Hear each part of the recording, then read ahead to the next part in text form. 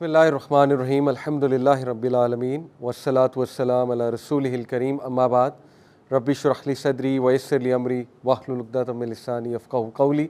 अस्सलामु अलैकुम व रहमतुल्लाहि व बरकातुहू। जज़ाकुमुल्लाह खैर and welcome two things that matter. जैसे कि लास्ट क्लास में मैंने बताया था, इंशाल्लाह आज की क्लास में भी हम फितना दज्जाल उसका पार्ट 2 कवर करेंगे और आज इंशाल्लाह हम सॉल्यूशंस पे भी बात करेंगे कि विद रिगार्ड्स टू द फितना, द ग्रेटेस्ट फितना that human being has to face, उसके हवाले से सॉल्यूशन क्या है, क्योंकि हमारा दीन जब कोई प्रॉब्लम बताता है तो उसका सॉल्यूशन भी बताता है। देखिए, फितना दज्जाल, उसका इम्पैक्ट, उसकी वजाहत, उसके इम्पैक्ट की वो हदीस में बेशुमार जगहों पे मेंशन्ड है, लेकिन just to revisit that impact, नबी सल्लल्लाहु अलैहि वसल्लम ने कहा कि हज़रत आदम की क्रिएशन से लेके क़यामत तक कोई भी फितना इतना स्ट्रॉन्ग नहीं होगा, इंसान के ऊपर इतना ज़्यादा हावी नहीं होगा जितना फितना दज्जाल। देखिए, मैं आपको कुछ फितने रिविज़िट करवाता हूँ ताकि आप इस फितने के इम्पैक्ट का एहसास जो है वो अपने अंदर ला सकें। फॉर मैन, अगर मैं मैन की बात करूँ तो मर्दों के लिए औरत बहुत बड़ा फितना है, और फितना कोई गाली नहीं है, फितने का मतलब है टेस्ट और ट्रायल। देखिए, आज के दौर में हुस्न, औरत का हुस्न कितना नुमाया करके दिखाया गया, सेलिब्रिटीज़ की शक्ल में, मॉडल्स की शक्ल में, और फिर एक बहुत ही एक्सट्रीम फॉर्म में, ज़ाहिर है गलीज़ इंडस्ट्री जो पॉर्न इंडस्ट्री है। तो मर्दों को ये पता है ये कितना बड़ा उनके लिए फितना है और कितना बड़ा ट्रायल है उनके लिए, और कितना टेम्पटिंग है, कितना ज़्यादा टेम्पटिंग है। यानी कितने ही मर्द हैं कि जो इस फितने के हाथों मारे गए हैं। यानी इस फितने ने उनका ईमान, उनकी एनर्जी, उनका नूर, ज़ाहिर है सीने के अंदर एक नूर होता है अल्लाह की तरफ से, लेकिन ज़ाहिर है कि वो नूर गुनाहों की वजह से चला जाता है। तो मर्दों को पता है मैं क्या बात कर रहा हूँ कि उनके लिए ये फितना कितना टेम्पटिंग है, औरत का जो फितना है। और इसको मज़ीद नुमाया किया गया, आज की जो फैशन इंडस्ट्री है उसने मज़ीद नुमाया किया इसको, और मूवीज़ ने इसको मज़ीद नुमाया किया, फिर वो जो इंडस्ट्री जिसका मैंने नाम लिया उसने मज़ीद नुमाया किया। इसी तरह आप देखिए कि माल का फितना कितना बड़ा फितना है। कितने लोग हैं कि जो माल की खातिर क्या नहीं कर जाते। फिर पावर का फितना कितना बड़ा फितना है, पावर की खातिर इंसान क्या क्या कर जाता है। तो ये सारे फितने एक तरफ और फितना दज्जाल एक तरफ। यानी मर्दों से अगर मैं सिर्फ बात करूं कि इमेजिन अगर आपके लिए औरत का फितना इतना टेम्पटिंग है, अगर आपसे वो कंट्रोल नहीं हो रहा है, तो दज्जाल का फितना मिलियन टाइम ज़्यादा है। क्योंकि नबी सल्लल्लाहु अलैहि वसल्लम ने कहा है कि वो, उसका जो फितना होगा उस जैसा फितना हज़रत आदम की तख्लीक से लेके क़यामत तक नहीं आया। और इतना बड़ा फितना है कि अल्लाह सुब्हानहू व तआला ने हर नबी को हुक्म दिया कि अपनी कौम को इस फितने से आगाह करो। हज़रत नूह ने इस फितने से आगाह किया, तमाम अंबिया ने इस फितने से आगाह किया, और हमारे नबी सल्लल्लाहु अलैहि वसल्लम ने बहुत ज़्यादा इस फितने से आगाह किया। तो वो हदीस मैंने पिछली क्लास में आपके सामने रखी थी। अब देखिए, इसमें कोई दूसरी राय नहीं है कि करंट मॉडर्न सिविलाइजेशन वो इस वक्त फितना दज्जाल के बहुत बड़े सपोर्टर्स कह सकते हैं, या एक दज्जाली सिविलाइजेशन है, इसमें कोई दूसरी राय नहीं है। और मैं आपके सामने प्रेजेंट करता हूँ कैसे। देखिए, दज्जाल का मतलब ही डिसीवर है, द ग्रेट डिसीवर। और दज्जाल के दौर में हर चीज़ वो उलट हो जाएगी। नबी सल्लल्लाहु अलैहि वसल्लम ने फरमाया ना, जैसे कि उसका जन्नत दोज़ख होगा और उसका दोज़ख असल में जन्नत होगा। तो इस वक्त मॉडर्न वेस्टर्न सिविलाइजेशन जो है पर्टिकुलरली, उन्होंने जिस लाइफस्टाइल के पीछे हमें लगा दिया और जिन वैल्यूज़ के पीछे हमें लगा दिया है, वो इटसेल्फ बहुत बड़ी डिसेप्शन है। हमारी डेफिनेशन चेंज हो गई है सक्सेस की, हमारी नॉलेज की डेफिनेशन चेंज हो गई है। हम नॉलेज किसी और चीज़ को समझते हैं कुछ और, सक्सेस हम एक चीज़ को समझ रहे होते हैं, लेकिन कुरानिक डेफिनेशन ऑफ फलाह और सक्सेस टोटली कुछ और है। इसी तरह आप देखें कि डेमोक्रेसी, उसको डिसेप्शन के तौर पे प्रेजेंट किया गया कि फ्रीडम है, लेकिन असल में वो स्लेवरी है। मॉडर्न डेमोक्रेसी, डेमोक्रेसी का नारा लगा के उन्होंने मुस्लिम कंट्रीज़ को कॉन्कर किया, लेकिन असल में इनस्लेव किया। तो देखें ना कि डिसेप्शन इस लेवल की है कि दिखाया ये जा रहा है कि आज़ादी दी जा रही है, दिखाया ये जा रहा है कि तुम्हारे फ़ायदे की बात है, दिखाया ये जा रहा है कि बेहतरीन चीज़ तुम्हें प्रेजेंट की जा रही है, लेकिन असल में वो सारा का सारा दजल है। और जैसे जैसे इंसान उसमें पढ़ता जाएगा, जैसे जैसे पढ़ता जाएगा, तो असल हकीकत से दूर होता जाएगा, यानी दीन से दूर होता जाएगा। और यही असल में फितना दज्जाल का बहुत बड़ा इम्पैक्ट है कि एक इंसान को पता भी नहीं लगेगा, लेकिन वो इस तरह से दजल में इन्वॉल्व हो जाएगा, इस तरह इल्यूजन में इन्वॉल्व हो जाएगा, डिसेप्शन में इन्वॉल्व हो जाएगा कि वो अपने असल को भूल जाएगा, अपने मकसद को भूल जाएगा, आखिरत को भूल जाएगा। और मुसलमान होने के बावजूद भी, जो हदीस में आता है ना कि एक ऐसा वक्त आएगा कि सुबह को मोमिन शाम को काफिर, या शाम को मोमिन सुबह को काफिर, मुसलमान होने के बावजूद वो उन वैल्यूज़ को चेज़ करेगा, उन फ़िलासफ़ीज़ और इज़म्स और स्किज़म्स के पीछे जाएगा जो टोटली गैर शरई हैं। तो ये, इसमें कोई दूसरी राय नहीं है। मैंने जैसे आपको शुरू में भी कहा कि इस वक्त हमें नज़र आ रहा है कि ये जो मॉडर्न सिविलाइजेशन है, ये प्योर दजालिक सिविलाइजेशन है, दजल पर मबनी एक सिविलाइजेशन है, धोखे पर मबनी एक सिविलाइजेशन है। ये जितने इज़म्स और स्किज़म्स हैं जिनके पीछे हम लगते हैं और हम समझते हैं कि हम बहुत कामयाब हैं, हम समझते हैं कि हम बिल्कुल ठीक जा रहे हैं, असल में इतना बड़ा धोखा है कि खुदा ना खास्ता ऐसा ना हो कि हम इतना ज़्यादा इनके पीछे चले जाएं और जब एंड में आँख खुले तो बहुत लेट हो जाए, तब रिपेंट करना भी बहुत लेट हो जाए, और तब जब असल दीन हमारे सामने आए तो हम इनकार कर दें। यही दजल है ना, कि हम इतना ज़्यादा मुतासिर हो जाएं फितना दज्जाल से, और जिस तरह ग्लैमराइज करके वो चीज़ों को दिखाएगा, हम इतना मुतासिर हो जाएं उस लाइफस्टाइल से कि जब असल ठोस दीन हमारे सामने आए तो हम इनकार कर दें, हम कहें कि नहीं ये तो दीन हो ही नहीं सकता। दैट इज़ द अल्टीमेट दजल, राइट। तो बहरहाल अब देखिए कि ये जो वन आई का कॉन्सेप्ट है कि दज्जाल एक आंख से सिर्फ देख सकता होगा, इसको कुछ स्कॉलर्स ने, मैंने आपको बताया, मेटाफोरिकली लिया है, कुछ ने लिटरल लिया है। हमें दोनों पॉसिबिलिटीज़ को देखना है समझने के लिए। It could be metaphorical, it could be literal, और हम इसको लिटरल भी लेंगे कि यस उसकी शक्ल सूरत वैसी ही होगी जैसे अल्लाह के नबी सल्लल्लाहु अलैहि वसल्लम ने फरमाया।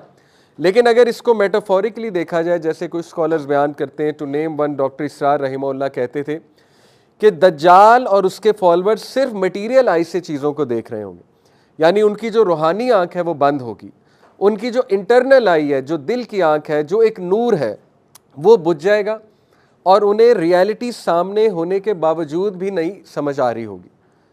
तो आज ऐसे ही है, आप देखें कि हमारे सामने क्लियर पता लग रहा है कि एक चीज़ गलत है, लेकिन कितने लोग उसे गलत कहते हैं, बल्कि लोग उसे फॉलो करने लगते हैं, गलत तो दूर की बात, फॉलो करने लगते हैं। देखें, एक सोशल मीडिया इन्फ्लुएंसर है, आज वो नौजवानों को नचा रहा है अपनी उंगलियों पे, यानी वो कोई गाना लॉन्च करता है, सब फॉलो करते हैं, दिस इज़ दजल। वो कोई एल्बम निकालता है, सारे पीछे जाते हैं, सारे परचेज़ करते हैं, यानी बुराई को परचेज़ किया जा रहा है। तो इसी से आप दज्जाल के फितने का इम्पैक्ट का जो है अंदाज़ा लगा लें कि अगर हमसे एक सिंगर नहीं रेजिस्ट हो पा रहा, हमसे एक ट्रेंड नहीं रेजिस्ट हो पा रहा, हैशटैग, हमसे जो है वो एक इन्फ्लुएंसर का कंटेंट नहीं रेजिस्ट हो पा रहा, और फिर अगर ज़ईफ़ुल एतकादी की बात की जाए तो देखें आज बहुत से लोग जिनका अकीदा खुदा न खास्ता ठीक नहीं है, वो आमिलों के पास जाते हैं, बाबों के पास जाते हैं, पीरों के पास जाते हैं, कैसी कैसी बातों पे ट्रस्ट करते हैं जाके, और अल्लाह ताला पर कितना तवक्कल कमज़ोर होता है, लिटरली पीरों को खुदा बना लेते हैं। तो देखिए वही बात है कि दज्जाल जब आएगा तो फिर वो तो सबसे बड़ा पीर होगा इन दैट सेंस, उसके हाथ में तो फिर बहुत से सलूशंस होंगे। तो समझ ये लगी कि दज्जाल से बचने के लिए अकीदा स्ट्रॉन्ग करना बहुत ज़रूरी है, अकीदा के बारे में पढ़ना। और इसमें मैं आपको एक बुक भी रिकमेंड कर देता हूँ, डॉक्टर बिलाल फिलिप्स की बुक है फंडामेंटल्स ऑफ तौहीद, बहुत अच्छी किताब है अकीदा के ऊपर, जिसमें उन्होंने मॉडर्न मसाइल को सामने रखते हुए अकीदा पर बात की है। तो देखिए अकीदा से यहाँ पे मुराद है तौहीद। जितनी तौहीद स्ट्रॉन्ग होगी, जितना अल्लाह सुब्हानहू व तआला के बारे में पता होगा, इतना इंसान दज्जाल से डिसीव होने से बच जाएगा। क्योंकि नबी सल्लल्लाहु अलैहि वसल्लम ने कहा तुम्हारा रब काना नहीं है, दज्जाल काना होगा, तुम्हारा रब काना नहीं है। क्या मतलब है? इससे मुराद है कि अल्लाह सुब्हानहू व तआला में कोई डिफेक्ट नहीं हो सकता, दज्जाल डिफेक्टिव होगा, दज्जाल की आंख डिफेक्टिव होगी, दज्जाल का सिस्टम डिफेक्टिव होगा, नज़र बहुत खूबसूरत आ रहा होगा लेकिन असल में शदीद डिफेक्टिव होगा। और कौन उस डिफेक्ट को रिकग्नाइज करेगा? वही जो अल्लाह ताला को पहचानता है, वही जो अल्लाह रसूल की बात को फॉलो करता है, वही जिसका अकीदा पुख्ता है, वो पहचान लेगा उस डिफेक्ट को, क्योंकि अल्लाह सुब्हानहू व तआला में कोई डिफेक्ट नहीं है। और जो उसके माथे के दरमियान कफरा है, ऑब्वियसली उसकी जो सिविलाइजेशन होगी, जो पूरा सिस्टम होगा, वो भी कफरा पर बेस्ड होगा, कुफर पर बेस्ड होगा, कुफरिया आइडियोलॉजीज पर बेस्ड होगा। लेकिन ऑब्वियसली वो सारी ideologies, isms and schism will be disguised as something beautiful, something which give freedom. तो ये मैंने आपको एक चीज़ रिविजिट कराई है कि इतना बड़ा ये फितना है और कई लोग इसमें मुलविस हो जाएंगे, मेजॉरिटी ह्यूमैनिटी इसमें मुलविस हो जाएगी और उनको पता भी नहीं लगेगा कि वो मुलविस हैं। तो हमारा देखें गोल, ये बातें डिस्कस करने का मेन गोल ये है कि हमें सैल्वेशन चाहिए, हमें जन्नत चाहिए, हमें इस फितने से निजात चाहिए, हमने इस फितने से बचना है। तो इसलिए हम इसको इतनी डिटेल में जो है ना वो डिस्कस कर रहे हैं इंशाल्लाह। सो कुछ बातें जो रह गई थी मैं आपके सामने रखता हूँ। सबसे पहले मैंने आपसे एक बात की थी कि देखिए दज्जाल के टाइम पे सेकुलर सिस्टम ऑफ टाइम के लोग आदी हो जाएंगे, सेक्रेट सिस्टम ऑफ टाइम से निकल के secular system of time follow होगा। और मैंने आपको उसकी एक मिसाल दी थी, हमारा जो एजुकेशन सिस्टम है वो सेकुलर सिस्टम ऑफ टाइम के साथ बाउंड है। सेकुलर सिस्टम ऑफ टाइम क्या है कि एक ख़ास एज तक ही पढ़ना है और एक ख़ास एज में जाके शादी करानी है। इस सिस्टम के साथ हम इस बुरी तरह बाउंड हो चुके हैं कि कोई जल्दी निकाह करना भी चाहे, जल्दी शादी करना भी चाहे तो उसके लिए बहुत बहुत बहुत मुश्किल है। कोई बंदा जल्दी कमाना भी चाहे तो उसका जहन इतना बंद कर दिया गया है कि नहीं, डिग्री के बगैर तुम कमा ही नहीं सकते और डिग्री से ही कमाया जाता है। तो देखिए ये अल्लाह रसूल की लगाई हुई लिमिट्स नहीं है, ना बाउंड्रीज़ हैं। अल्लाह रसूल ने, अल्लाह सुब्हानहू व तआला ने, एक मर्द जब बालिग हो जाता है, एक बच्चा बालिग हो जाता है, उसकी शादी की जा सकती है। ये कोई लिमिट नहीं है कि पहले डिग्री करेगा, मैनेजर बनेगा या बहुत पैसे कमाएगा। ये तो सेकुलर सिस्टम ऑफ टाइम के साथ हमें बाउंड कर दिया गया है। औरतों की उम्रें बढ़ रही हैं, उनको बाउंड कर दिया गया सेकुलर सिस्टम के साथ, उन पे कुछ लिमिटेशंस लगा दी गई हैं। इसी तरह सेकुलर सिस्टम ऑफ टाइम आप देखिए, वो एजुकेशन सिस्टम पुराने दौर में क्या होता था, मैंने आपसे लास्ट टाइम भी डिस्कस किया था कि इजाज़त सिस्टम होता था। हमारा जो एजुकेशन सिस्टम था वो इजाज़त सिस्टम पर बेस्ड था। जो बैतुल हिकमा हमारा एक बहुत बड़ा इदारा था बगदाद में, अब्बासिड कैलिफेट के दौर में, उसमें क्या होता था कि अगर एक बच्चा बहुत ज़हीन है, इंटेलिजेंट है और वो किसी बड़ी क्लास में जाकर बैठ जाता है और इम्तिहान पास कर लेता है तो उसको उसकी डिग्री दे दी जाती थी। That child was not bound with that education system कि बस वो 12 जमातें ही पास करेगा तो फिर आगे मूव ऑन करेगा। बहरहाल ये तो कुछ डिस्कशंस हैं स्कूल सिस्टम के ऊपर, एजुकेशन सिस्टम के ऊपर, लेकिन इन शॉर्ट आप मेरा पॉइंट समझ गए होंगे कि दज्जाल के दौर में सेकुलर सिस्टम ऑफ टाइम के साथ लोग कुछ इस बुरी तरह से फंस जाएंगे, बाउंड हो जाएंगे कि वो दीनी ड्यूटीज़ को बहुत कंप्रोमाइज़ कर रहे होंगे, बहुत ज़्यादा नुकसान हो जाएगा उनका उस सिस्टम को फॉलो करते हुए। आज आप देखें लोगों का ईमान ख़तरे में है। यूनिवर्सिटीज़ का माहौल देख लीजिए, वहाँ पे तरह तरह की चीज़ें हमारे ऊपर थोपी जा रही हैं और हमसे करवाई जा रही हैं। वो ईथोज़ हम पर थोपे जा रहे हैं, हमारी ख़वातीन पे, हमारे बच्चों पे, जो सेकुलर ईथोज़ हैं, जो लिबरल ईथोज़ हैं। यानी हमारी ख़वातीन को ये बावर कराया जा रहा है कि तुम्हें नौकरी तुम्हारी ब्यूटी की वजह से मिलेगी, तुम्हारी लुक्स की वजह से मिलेगी, और उससे ये बावर कराया जा रहा है कि दिस इज़ एक्चुअली फ्रीडम। यानी you can be a receptionist, it's a good job obviously, और you can be a sales women because you are going to attract the customers through your beauty and the beauty of your voice. Obviously ये देखें ना किस तरह का दजल, किस तरह का धोखा अनफॉर्चुनेटली इसके साथ बाउंड किया जा रहा है।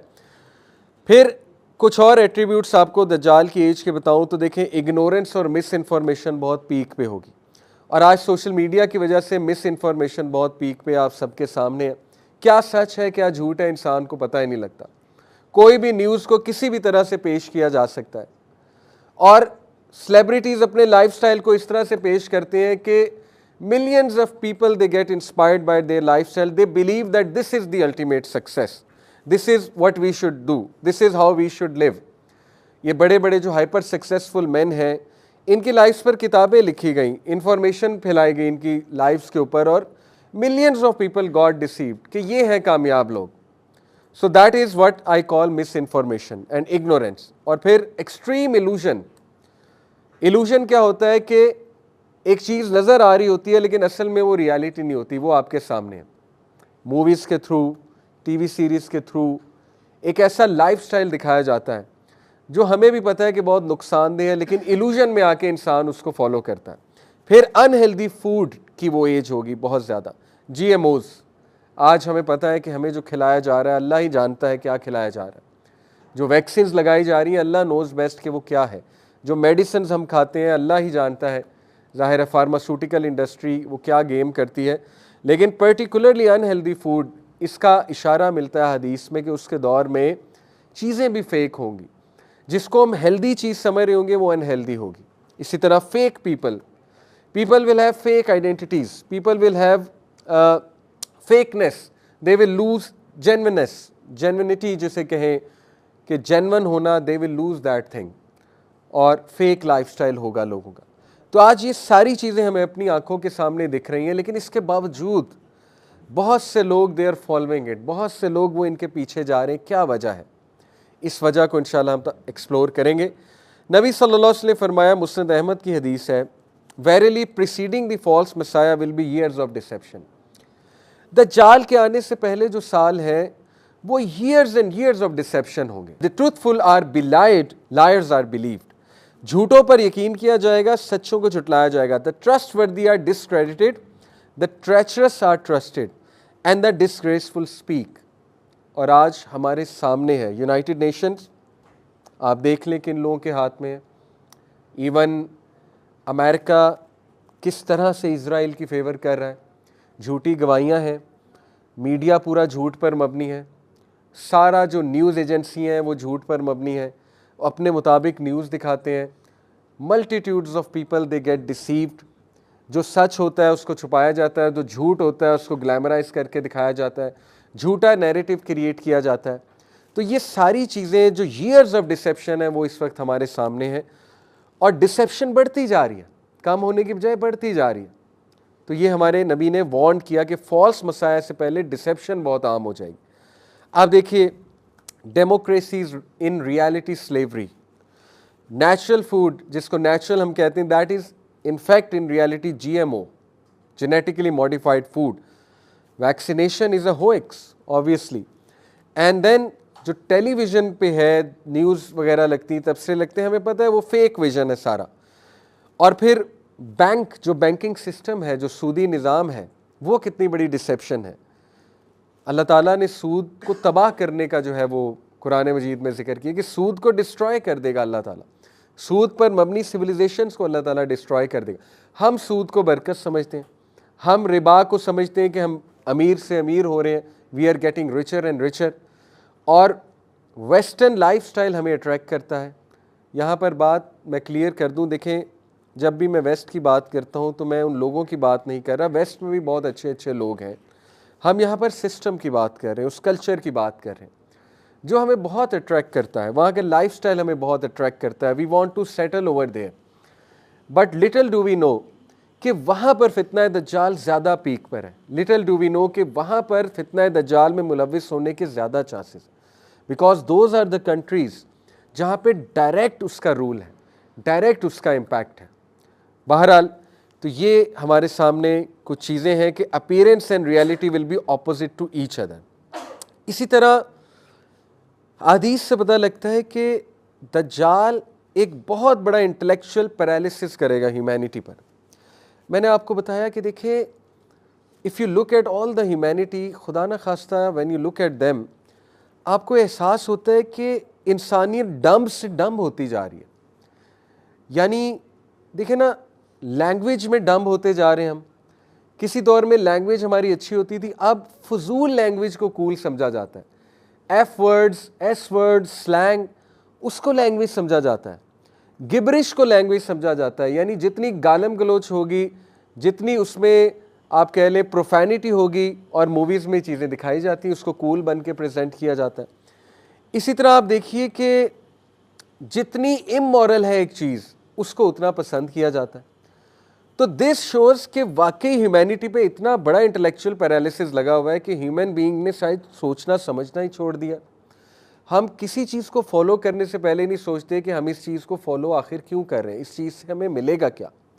आप देखें कि लोग ऐसे ऐसे चैनल्स को फॉलो करते हैं जो चैनल्स क्लियर है कि उनकी मॉरल वैल्यूज़ भी ख़राब कर रहे हैं, और जो क्लियर है बहुत ज़्यादा कि उनकी आखिरत को भी ख़राब कर रहे हैं। आप टिकटॉक की मिसाल ले लीजिए। लोग टिकटॉक पर अकाउंट बनाते हैं और किस तरह से पैसे कमाते हैं। यानी इतनी डम हो चुकी है हमारी जनरेशन कि उनको समझ ही नहीं आ रही कि असल में सक्सेस क्या है, असल में मॉरल वैल्यूज़ क्या है। किसी दौर में आप देखें लोगों को किताबें पढ़ने का शौक़ था, आज की हमारी जनरेशन आप देख लें वो किस किस्म के शौक़ पाले हुए हैं और उनको किन चीज़ों का शौक़ है। यानी वो तबाही खुद पैसे देकर ख़रीद रहे हैं। उनको पता है ये चीज़ गलत है, उनको पता है ये चीज़ मेरे लिए ठीक नहीं है, लेकिन still they are buying it out, still they are subscribing to these things.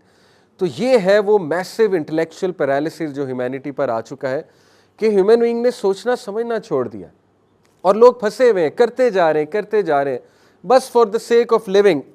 They are just living कि चलने दो, ऐसा ही है। आपके सामने है द ग्रेटर इज़राइल, उसका जो प्लान है उस पर उन्होंने अमल करना शुरू कर दिया है और इस प्रोजेक्ट को मक्का मदीना तक ले जाने का इरादा रखते हैं। नबी सल्लल्लाहु अलैहि वसल्लम ने फरमाया कि दज्जाल बहुत तेज़ी से ट्रैवल करेगा दुनिया में, यहाँ तक कि वो मक्का मदीना तक भी जाएगा। तो ऑब्वियस सी बात है कि जो ग्रेटर इज़राइल का प्लान है इसमें पूरा मिडल ईस्ट शामिल है, हत्ता कि इसमें मक्का मदीना भी शामिल है। तो नबी सल्लल्लाहु अलैहि वसल्लम ने फरमाया कि दज्जाल जब मक्का मदीना पहुँचेगा तो वहाँ के जो गेट्स हैं, इनविजिबल गेट्स, वहाँ पे एंजल्स गार्ड कर रहे हैं, तो एंजल्स उसे वहाँ दाखिल नहीं होने देंगे अल्हम्दुलिल्लाह। यानी मक्का मदीना में जो लोग हैं वो सेफ़ हैं उस दौर में जब दज्जाल आ चुका होगा। और फिर दज्जाल पैर मारेगा वहाँ पे ज़ोर से तो एक ज़ल्ज़ला आएगा और जितने भी मुनाफिकीन हैं मक्का मदीना में वो बाहर आ जाएंगे। और हदीस में ये मेंशन्ड है कि औरतें ख़ुसूसन उस दौर में वो सबसे ज़्यादा दज्जाल को फॉलो करेंगी और उस दौर में उस इलाके में ख़ास तौर पे मक्का मदीना का ज़िक्र है, यहाँ तक कि एक शख्स अपनी औरतों को जंजीर से बांधेगा कि इसके पीछे ना जाओ, लेकिन वो फिर भी बाहर निकलेंगी, वो फिर भी जाएंगी। तो साबित हुआ कि मक्का मदीना में कुछ ऐसे लोग मौजूद होंगे जो दज्जाल जब पैर मारेगा, ज़ल्ज़ला आएगा, तो वो वहाँ से निकल के दज्जाल को ज्वाइन कर लेंगे। बाकी हदीस में ये भी ज़िक्र मिलता है कि वो जो इलाका है और मॉडर्न दौर में वो इलाका ईरान का इलाका, अस्फ़हान का जो इलाका है, वहाँ से भी दज्जाल के फॉलोअर्स आएंगे और 70,000 ज्यूज़ का ज़िक्र आता है कि वो दज्जाल को फॉलो करेंगे।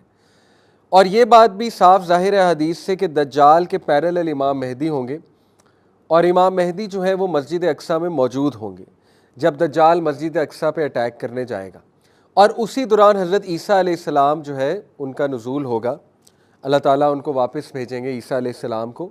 और फिर ईसा अलैहिस्सलाम जो है वो ज़ाहिर है उनको कहा जाएगा कि नमाज को लीड करें, लेकिन इमाम मेहदी को रिक्वेस्ट करेंगे कि नहीं आप ही लीड कीजिए।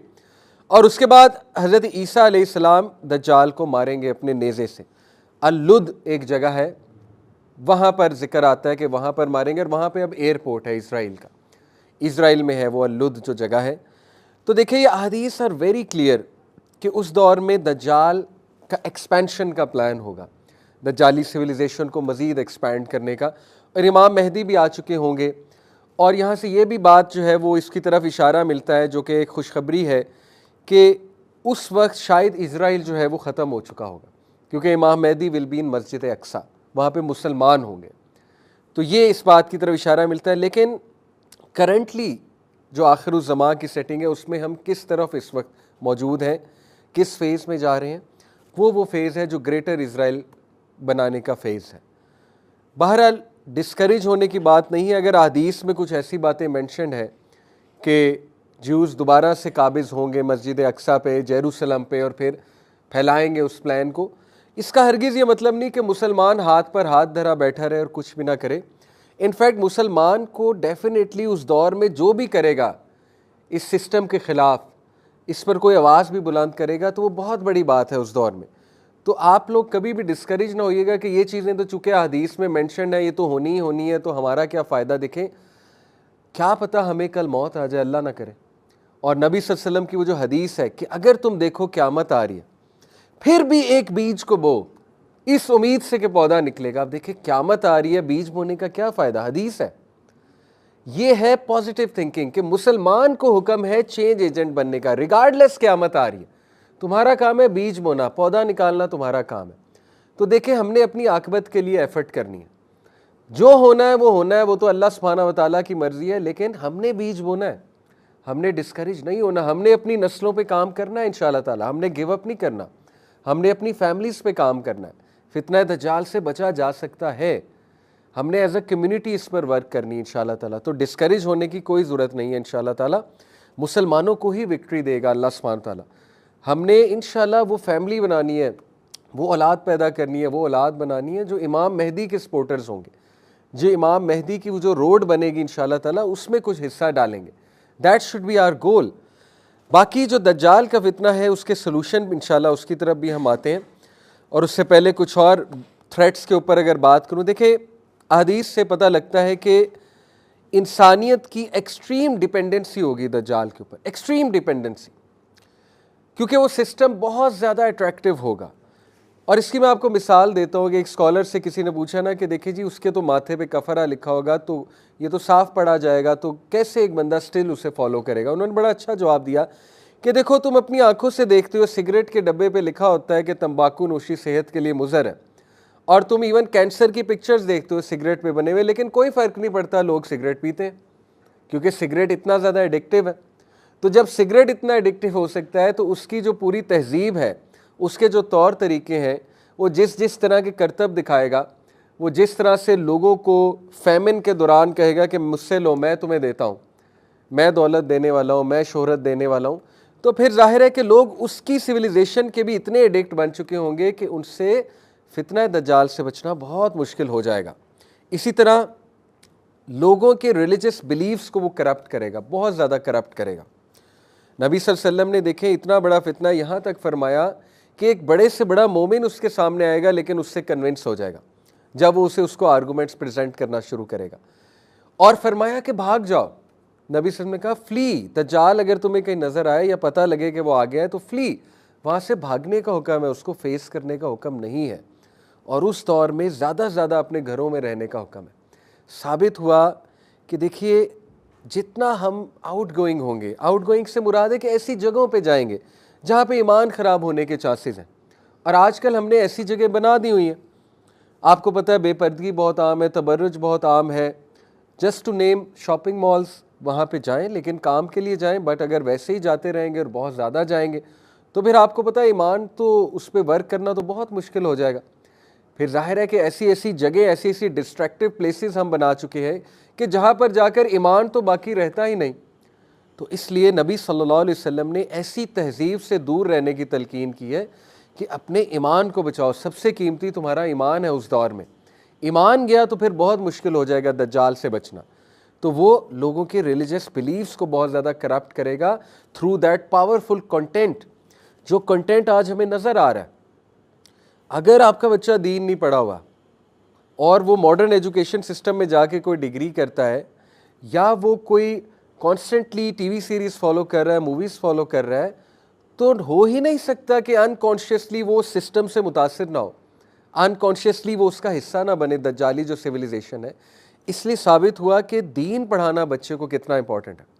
और इसी से साबित हुआ, मैंने आपको कहा कि ये टॉपिक मैं क्यों लाया हूँ, ताकि आपको बावर हो इस बात का कि इस तरह की क्लासेस कितनी इंपॉर्टेंट है, दीनी ऑर्गेनाइजेशन से जुड़ना कितना इंपॉर्टेंट है, अपने बच्चों को लाना क्लासेस में कितना इंपॉर्टेंट है, ताकि कुछ तो डोज उन्हें जाए ना, कुछ तो दीन का उन्हें पता लगे, कुछ तो अकीदा उनका बेहतर हो और वो स्ट्रॉन्ग मुसलमान बने इंशाअल्लाह ताला, जो इस दजल से बचें, इस डिसेप्शन से बचें। और फिर मैंने आपको बताया कि इररेजिस्टिबल चार्म, वेल्थ एंड नॉलेज, यानी इस किस्म का उसके पास नॉलेज होगा, इररेजिस्टिबल चार्म होगी कि एक आम बंदा तो ठहर ही नहीं सकता उसके सामने, और फ़ौरन से गिव इन कर देगा, फ़ौरन से जो है वो उसकी जन्नत में छलांग लगा देगा, जो असल में दोज़ख होगी, उसके हाथ में जो जन्नत होगी। एक और हदीस आपके सामने रखता हूँ। अल्लाह के नबी सल्लल्लाहु अलैहि वसल्लम ने फरमाया, Whoever hears the news of the false Messiah, let him flee from him. By Allah, man will go to him considering himself a believer, but will instead follow him because of the doubts he will present. साबित हुआ कि उसका दजल doubts को present करना है। और आज के दौर में कितनी ज़्यादा डाउट्स हैं मुसलमान को, यानी दीन हमने पढ़ा नहीं और हमने उन चीज़ों को फॉलो किया जिससे मज़ीद हमारे डाउट्स बढ़ते जा रहे हैं। तो साबित ये हुआ कि उस दौर में पुख्ता ईमान रखना और अपने बच्चों को और एज अ फैमिली ठोस दीन पढ़ना, दैट इज़ द एंटीडोट, ताकि इंसान का ईमान ना डगमगाए। साइंस कुछ उसके अराइवल के मैंने आपके साथ लास्ट क्लास में डिस्कस किए थे। एक साइन है कि मेंशन उसका फ्राइडे सरमन्स में बहुत कम हो जाएगा, ना होने के बराबर होगा, यानी जो ख़तीब हैं वो उसको मेंशन नहीं करेंगे। इसी तरह अर्थक्वेक्स विल इंक्रीज़, इसी तरह ब्लड शेड विल इंक्रीज़, और ब्लड शेड कितना आम है आज के दौर में आपके सामने। फिर तमीम अद्दारी की जो हदीस है उससे साबित होता है कि उसने जो सवाल पूछे थे, कुछ क्वेश्चंस पूछे थे, जिसमें से लेक तिब्रियास का था कि क्या वो ड्राई हो चुका है। एक सवाल ये था क्या वहाँ पानी है स्टिल या ड्राई हो चुका है। एक सवाल डेट पाम्स ऑफ बेसन का था, वो इज़राइल में दरख्त एक गार्डन है, कि क्या वहाँ पे स्टिल जो है वो फ्रूट है। इसी तरह फिर एक सवाल नबी सल्लल्लाहु अलैहि वसल्लम के ऊपर था, क्या कोई शख्स आया जो अपने आप को रसूल कहता है। तो ये कुछ साइंस है उसके, और ये सारे साइंस अब पूरे होते नज़र आ रहे हैं, अल्लाह माफ़ करे। फिर मैंने आपसे बात की थी कि दज्जाल कुछ लेयर्स के पीछे छुपा होगा, मेटाफोरिकली स्पीकिंग। उन लेयर्स को पहचानना बहुत ज़रूरी है इससे पहले कि एक बंदा फितना दज्जाल या दज्जाल को रिकग्नाइज करे। वो लेयर्स क्या हैं? Layer of misinformation, layer of scientific uh, layer of extreme illusion and layer of glamour, और हर एक का एंटीडोट मौजूद है। देखिए, लेयर ऑफ मिस इन्फॉर्मेशन क्या है? मिस इन्फॉर्मेशन कहते हैं कि सच को झूठ के साथ मिक्स करना, ज़्यादा झूठ होना, कुछ सच होना, लेकिन लोग समझे कि सब का सब सच है, इसको कहते हैं मिस इन्फॉर्मेशन। और modern media is all about miss information. थोड़ी सी बात पकड़ते हैं, सही बात पकड़ते हैं और उसको मिक्सअप करते हैं झूठ के साथ, और लोग ये समझते हैं कि असल में यही सच है। Multitudes of humanity they have been deceived by the modern isms and schisms. कई लोग हैं बाहर की कंट्रीज़ में पढ़ने जाते हैं और वापस जब आते हैं तो एथियस्ट बनकर आते हैं, वापस जब आते हैं तो अपनी तरफ से फ्री थिंकर और लिबरल बन के आते हैं, लेकिन अनफॉर्चुनेटली रिलीजियस वैल्यूज़ से भी हाथ धो बैठते हैं, दीन से भी हाथ धो बैठते हैं, अकीदे से हाथ धो बैठते हैं, अल्लाह माफ़ करे। तो देखिए इसका सलूशन क्या है मिस इन्फॉर्मेशन का। अगर आप मिस इन्फॉर्मेशन से बचना चाहते हैं तो ठोस कुरान और हदीस का मुतालिया ज़रूरी है, ताकि आप लोगों को पता लगे कि रियलिटी क्या है। कुरान मजीद रियलिटी बताता है। जैसे अभी मैं सूरह काफ आपके सामने रखूँगा, अकीदा, स्ट्रॉन्ग अकीदा, हु इज़ अल्लाह। इसी तरह लेयर ऑफ साइंटिफिक ऑ, देखिए वो साइंटिज्म का दौर होगा। Scientism is a religion. Scientism क्या है कि जब लोग साइंस को अल्टीमेट ट्रूथ समझने लगेंगे, साइंस को एक मजहब बना लेंगे, रिलीजन बना लेंगे, लोग कहेंगे कि साइंस पर ही मानना है जी हमने, साइंस जो कहेगी बस वही ठीक है। हालांकि रियलिटी क्या है कि science is just a branch of knowledge and scientific method is so limited. Scientific method is all about observation, it's all about it's based on 6 senses, smell, touch, hearing, right, और फिर जाहिर है देखना वगैरह वगैरह। बट इन सेंसेस से हट के भी कुछ चीज़ें हैं। मेटाफिजिकल वर्ल्ड भी तो एक है ना, हार्ट भी तो कोई चीज़ है ना, कल्ब भी तो कोई चीज़ है। तो जाहिर है कि जब इंसान हर चीज़ को साइंस की नज़र से देखना शुरू करेगा, तो यही तो दज्जालियत है कि वो एक ही आंख से देख रहा है, वो मटीरियल आंख से ही देख रहा है, ऑब्जर्वेशन की आंख से ही देख रहा है, और जो रूहानी आंख है वो उसने बंद कर ली हुई है। आज आपको पता है कई लोग मॉडर्निज्म के चक्कर में, लिबरलिज्म के चक्कर में, मॉडर्न बनने के चक्कर में, इंफीरियॉरिटी कॉम्प्लेक्स में, दे से I only believe in science, बस साइंस पर ही हम बिलीव करते हैं। हालांकि उनकी अपनी डिग्री BCom होती है, बैचलर्स इन कॉमर्स, साइंस पढ़ा भी नहीं होता है, लेकिन वो कहते हैं कि बस we are believers in science. तो सवाल ये पैदा होता है कि साइंस तो इतनी लिमिटेड है, साइंस आज किसी बात को सही कह रही है, कल उसी बात को गलत कह देती है। साइंस तो आज से 50 साल पहले सिगरेट को कहती थी बिल्कुल ठीक है, आज खुद ही साबित कर रही है कि सिगरेट जो है वो गलत है। तो साइंस इज़ एवर ग्रोइंग, और ये खूबसूरत बात है साइंस की। साइंस एक डायनामिक चीज़ है, साइंस ग्रो करती है। लेकिन साइंटिज्म क्या है कि साइंस को रिलीजन समझ लेना, कि जी साइंस जो कहेगी वो हम मानते हैं। तो ये दज्जाल का एक वेपन है। दज्जाल फिर जाहिर है बहुत सी चीज़ें ऐसे दिखाएगा। मैं जैसे आपको मिसाल दी थी लास्ट टाइम, मैं नहीं कहता कि इलॉन मस्क दज्जाल है, लेकिन इलॉन मस्क आज एक स्टेटस डाले कि ये चीज़ ठीक है, without any research, without any research whatsoever billions of humanity follow करेंगे। दिस इज द इम्पैक्ट, ठीक है, क्योंकि एक साइंटिफिक बंदा कह रहा है, एक साइंस का गुरु कह रहा है, उसने कह दिया बस बात खत्म। तो ये है दज्जालियत कि हमें ऐसे ऐसे अकाबरीन उस दौर में होंगे जिनकी औ में हम आएंगे, जिनसे हम बहुत इम्प्रेस हुए होंगे, वो कुछ कह देंगे, हम उसे फॉलो करने लगेंगे। तो यह है साइंटिफिक, और इसका सोल्यूशन ये है कि साइंस को सिर्फ एक ब्रांच ऑफ नॉलेज समझें। वही is always greater than science. Scientism का कुछ लोग शिकार होके कुरान को भी हर चीज़ साइंस के मुताबिक परखते हैं, यानी वो ये कहते हैं कि हमारा ईमान तब तक मुकम्मल नहीं होगा जब तक हर चीज़ साइंस से न साबित हो जाए। यही तो धोखा है भाई। मिरेकल फिर क्या चीज़ है? मिरेकल साइंस से साबित हो सकता है, करें मिरेकल को साइंस से साबित। इसका मतलब मिरेकल का हम इनकार कर दें? हज़रत इब्राहीम अलैहिस्सलाम आग में डाले गए, आग ने नहीं जलाया, साबित करें साइंस से। मिरेकल होती ही वो चीज़ है जो साइंस के खिलाफ जाती है।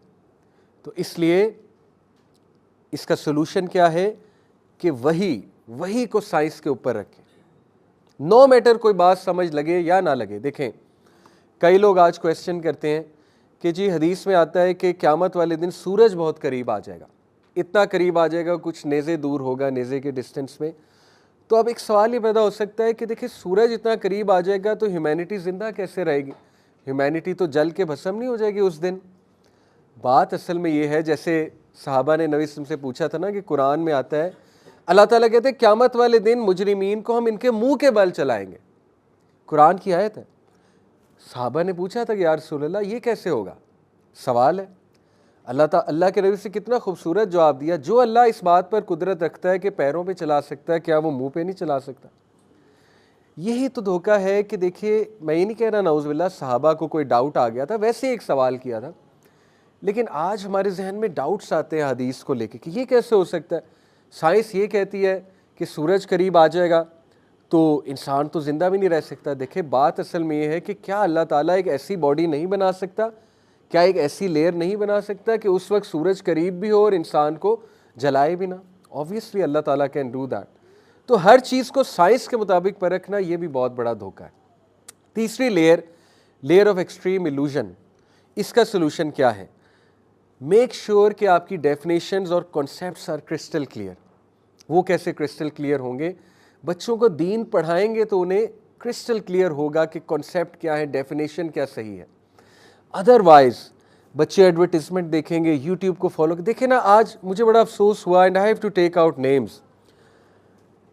यूजुअली मैं नेम्स नहीं लेता, लेकिन मैं नसीहत के तौर पे, अल्लाह ताला हिदायत दे हमारे व्लॉगर्स, मैं इसलिए नाम ले रहा हूँ क्योंकि मुझे इतना दुख हुआ कि मैं इशा की नमाज़ पढ़ने लगा हूँ मस्जिद में, तकबीर हो गई, अल्लाह अकबर हो गया, इमाम ने अल्लाह अकबर कर दिया, मेरे साथ 3 बच्चे खड़े हुए। वो 3 बच्चे डकी भाई के व्लॉग की बात कर रहे हैं। नमाज खड़ी हो चुकी है, मैं भी अल्लाह अकबर करने लगा हूँ, मेरे साथ खड़े हुए उसकी गाड़ी के ऊपर बात कर रहे हैं कि तुझे पता है उसने वो वाली गाड़ी ले लिया और तूने उसकी गाड़ी देखी, नमाज खड़ी हो चुकी है, and they are talking about these things. गुस्सा तो मुझे बहुत चढ़ा कि इनको लगाऊं नमाज के बाद एक, लेकिन मैंने बस थोड़ा सा सब्र करते हुए बड़े प्यार से उनसे बात की कि बेटा नमाज शुरू हो गई थी, आप लोग ऐसे बात ना किया करो।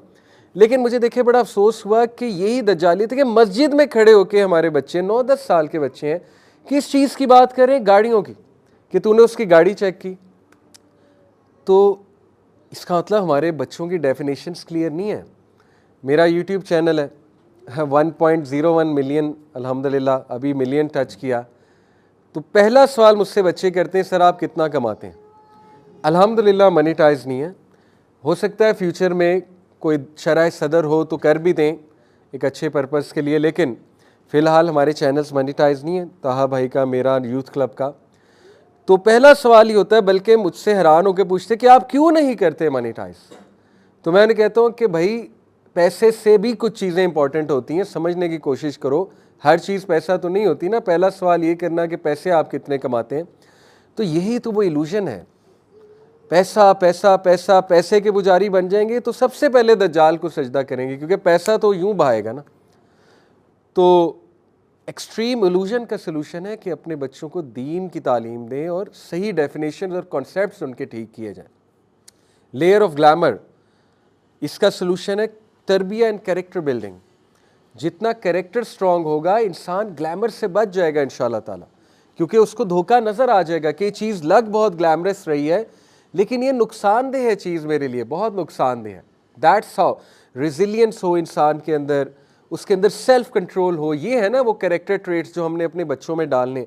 और अनफॉर्चुनेटली मुसलमान जो है वो मज़ीद दज्जाल पे डिपेंडेंट कर रहा है अपने बच्चों को, और गोरा सरप्राइजिंगली वो अपने बच्चों में ये स्किल्स डाल रहे हैं, क्योंकि उन्होंने ये ट्रैक आउट कर लिया है कि सोशल मीडिया एडिक्शन और मोबाइल एडिक्शन तो बहुत बुरी चीज़ है, हमारी तो जनरेशन्स ख़त्म हो जाएंगी। चाइना ने ये ट्रैक आउट कर लिया, जापानीज़ ने ट्रैक आउट कर लिया है। वो लिमिट्स लगा रहे हैं अपने लोगों पे, टिकटॉक पे लिमिट्स लगा रहे हैं, ऑनलाइन गेमिंग पे लिमिट्स लग रही हैं, इंटरनेट यूज़ पे लिमिट लग रहा है, पेरेंटिंग ऐसी करी जा रही है, पेरेंट्स को वार्न किया जा रहा है कि अपने बच्चों को इन चीज़ों से बचाएं। लेकिन आपको पता है कि अनफॉर्चुनेटली मुसलमान ज़ाहिर है गोरों को जब फॉलो करता है तो उनसे 10 साल पीछे होता है। हमें नज़र आ गया कि उनके माशरे में उनके क्या क्या असरात आए हैं इन चीज़ों के, हम अभी तक उन चीज़ों के पीछे जा रहे हैं, हम पेरेंटिंग नहीं लर्न कर रहे।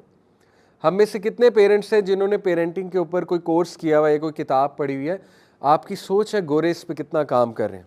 मैं उन्हें फॉलो करता हूँ, उनके कंटेंट को, भला का काम है पेरेंटिंग के ऊपर, बिकॉज दे रियलाइज़ के चले दीन तो उनके पास नहीं है, हम तो लकी हैं हमारे पास दीन है। वो स्टिल एफर्ट्स कर रहे हैं कि हमने अपने बच्चों को, अपनी जनरेशन्स को बचाना है। वो आपको पता है नेचुरल वे ऑफ लाइफ की तरफ जा रहे हैं। मिनिमलिज्म की पूरी मूवमेंट कभी सर्च कीजिएगा, वो मिनिमलिस्टिक हो रहे हैं। दे नो कि ये जो मॉडर्न सिविलाइजेशन है इसके चैलेंजेस क्या हैं, हमने मिनिमलिज्म की तरफ जाना है। पूरी एक मूवमेंट है मिनिमलिस्टिक मूवमेंट, जिसमें नेचर की तरफ टर्न करना है। They are growing their own vegetables, they are keeping their own animals, farm houses बना रहे हैं, वहाँ पे मुर्गियाँ पाल रहे हैं, बकरे पाल रहे हैं, भैंसे पाल रहे हैं। उन्हें पता नहीं क्या चीज़ खिलाई जा रही है, ऑब्वियस सी बात है। तो देखिए साबित ये हुआ कि दज्जाल के दौर में बचने के लिए नेचर के करीब होना बहुत ज़रूरी है, नेचुरल चीज़ों की तरफ जाना जो है वो बहुत ज़रूरी है। अब लास्टली इंशाल्लाह ठोस सोल्यूशन, ये तो मैंने आपको पिन पॉइंट करके कि लेयर ऑफ मिस इन्फॉर्मेशन का क्या सोल्यूशन है, कुरान और हदीस का नॉलेज। लेयर ऑफ साइंटिफिक ऑ का सोल्यूशन है कि साइंस को, साइंटिज़म की तरफ मत जाएं, साइंस को बस एक सब्जेक्ट के तौर पर लें और वही को हमेशा प्रेफरेंस दें साइंस के ऊपर। Layer of extreme illusion, make sure your concepts and definitions are clear. And layer of glamour, strong character building हमारे बच्चों की इंशाल्लाह ताला। लास्टली सूरह कहफ। सूरह कहफ में 4 स्टोरीज़ हैं, और एक और भी मैं फितने की तरफ आपकी तवज्जो दिला दूं, जो एआई का फितना है, आर्टिफिशियल इंटेलिजेंस का, ट्रांस ह्यूमनिज्म। कभी इसको सर्च कीजिएगा, ट्रांस ह्यूमनिज्म। ये पूरी एक मूवमेंट है वेस्ट में, transhumanism. Transhumanism is basically the movement of singularity, that machines and human beings will become singular. ये वही कॉन्सेप्ट है जो टर्मिनेटर मूवी में दिखाया गया है कि machines will rule the world. और आप देखें कि एआई स्केरी तौर पर जो है वो इस वक्त ह्यूमन इंटेलिजेंस को सरपास कर रहा है। यानी एआई जो है वो इस लेवल पर जा चुका है कि मेटा एआई आपने चेक किया होगा, इवन मैसेंजर में अब मेटा एआई है, उससे आप कुछ कहें वो सर्च करके भी दे देता है, और कोई पोस्टर बनवाना चाहिए पोस्टर भी बना के दे देता है। यानी human creativity is at danger. और यही इंटेलेक्चुअल पैरालिसिस है ना कि हर चीज़ ह्यूमन बीइंग मशीन से करवाएगा और मशीन पर इतना डिपेंडेंट हो जाएगा कि उसकी अपनी क्रिएटिविटी ख़त्म हो जाएगी, और वो जो नेचुरल एक वे ऑफ लाइफ था जिससे उसकी नशोनुमा होती है वो उससे बहुत दूर चला जाएगा। तो ये जो blending of machines and human beings है, दिस इज़ वेरी स्केरी। और आपको एक अजीब बात बताऊं कि ट्रांस ह्यूमनिज्म की जो फाउंडर है, जो खातून है, उसका मैं आपके सामने तज़किरा करता हूँ। उसका जो वालिद है, इसके ऊपर कभी आप ख़ुद भी सर्च कीजिएगा, इसका जो वालिद है ये चर्च ऑफ सेटन का एक मेंबर था, लेफ्टिनेंट कर्नल माइकल एक्वाइनो। तो इसकी जो बेटी है वो असल में ट्रांस ह्यूमनिज्म की फाउंडर है। तो इससे साबित बेसिकली ये होता है कि ट्रांस ह्यूमनिज्म भी एक सेटनिस्ट एजेंडा है। देखिए हर वो चीज़ शैतान के लिए बहुत काम की चीज़ है, मौसर चीज़ है। बल्कि अभी पिछले दिनों मैंने एक वीडियो देखी, आपको पता है आजकल ऐसी वीडियोस लोग बना रहे हैं कि वो एआई से जाकर पूछ रहे हैं कि AI if you were Satan how will you deceive people. तो वो एआई पूरा जवाब देता है कि मैं कैसे डिसीव करता, और वो एग्जैक्ट वही जवाब है जो कुरान में अल्लाह ताला ने शैतान के जो है ना वो बताए हुए हैं हथकंडे कि मैं इस तरह करता। और यकीन करें एआई ने जवाब दिया, मैंने वीडियो देखी कि मैं म्यूज़िक इंडस्ट्री के थ्रू डिसीव करता सबसे पहले लोगों को, क्योंकि म्यूज़िक बहुत अट्रैक्टिव है, लोगों को म्यूज़िकल टोन्स बहुत अट्रैक्ट करती हैं, तो मैं म्यूज़िकल इंडस्ट्री में घुसता सबसे पहले। उसके बाद मैं मीडिया के थ्रू डिसीव करता, उसके बाद मैं लोगों को मिस इन्फॉर्मेशन के थ्रू डिसीव करता। इसी तरह एक वीडियो मैंने देखी कि मैट्रिक्स से निकलने का suggest ways to get out of matrix. Matrix आपको पता है ना, ये एक टर्म है जो गोरे यूज़ करते हैं। आपको पता है एलेक्स स्टेट ने बहुत यूज़ किया मैट्रिक्स एक टर्म। मैट्रिक्स भी ये दज्जाली एक आप कह लें दुनिया, उसको मैट्रिक्स गोरों की टर्म में कहा जाता है।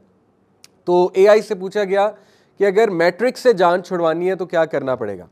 तो एआई ने जवाब दिया कि ज़्यादा से ज़्यादा नेचर के करीब जाओ, एक्सरसाइज करो, अपनी डाइट बहुत अच्छी करो और हर मेन स्ट्रीम चीज़ से दूर रहो। एआई जवाब दे रही है कि सिंपल तरीका मैट्रिक्स से दूर रहने का, हर मेन स्ट्रीम बिलीफ और मेन स्ट्रीम चीज़ से दूर रहो, क्योंकि मेन स्ट्रीम मीडिया उनके हाथ में। जो चीज़ मेन स्ट्रीम आपको आ रही है और मेन स्ट्रीम की तरफ आपको लगाया जा रहा है, तो सीधी सी बात है कि कहाँ पे आपको लगाया जा रहा है। देखिए अब तो एआई इतना स्मार्ट हो गया है कि वो ये सोल्यूशन दे रहा है, लेकिन ह्यूमन बीइंग पे इंटेलेक्चुअल पैरालिसिस है। एआई को समझ आ गई, लेकिन ह्यूमन बीइंग, आर्टिफिशियल इंटेलिजेंस को समझ आ गई, लेकिन जो रियल इंटेलिजेंस है उसके जहन में बात नहीं आ रही कि लोग किस तरह से डिसीव हो रहे हैं। बहरहाल सोल्यूशन की तरफ क्विकली आते हैं इंशाल्लाह ताला। देखें एजेंडा जो हमने डिस्कस किया, इसको मैं थोड़ा सेटनिज़म के एजेंडे के साथ भी रिलेट करता हूँ। सेटनिज़म का एजेंडा बहुत क्लियर है। सेटन का वो कुरान मजीद में भी मेंशन है, corrupting God's creation to the core. इंसान को नेचुरल लाइफ से इतना दूर ले जाना, उसको लिटरली मशीन बना देना, उसकी क्रिएशन ही चेंज कर देना, उसकी हर चीज़ ऑपोजिट कर देना। ये तो शैतान ने सूरह निसा वर्स नंबर 119 में 4 जो प्रोमिसेस किए थे उनमें से एक ये था कि ऐ अल्लाह मैं इनकी तख्लीक को चेंज करूँगा। और वो आज आपके सामने है कि हमारी रूटीन्स ऑपोजिट हो चुकी हैं, यानी रात को हम जागते हैं, सुबह को हम उठते हैं, ये तख्लीक ही चेंज होना है ना, फितरत से दूर जाना। और हमें बुरी चीज़ें अच्छी लगने लगी हैं, अच्छी चीज़ों से हम दूर भागते हैं। हम जिस चीज़ को नॉलेज समझ रहे हैं वो नॉलेज नहीं है असल में, और जो असल नॉलेज है उसकी तरफ हम जा नहीं रहे हैं, यानी जो वही का इल्म है। ठीक है, तो यही तो वो करप्शन है। इसी तरह विदाउट अ सोल, रूहानियत को ख़त्म करना है। मैंने आपको एक बुक रिकमेंड की थी, उस बुक का नाम वो है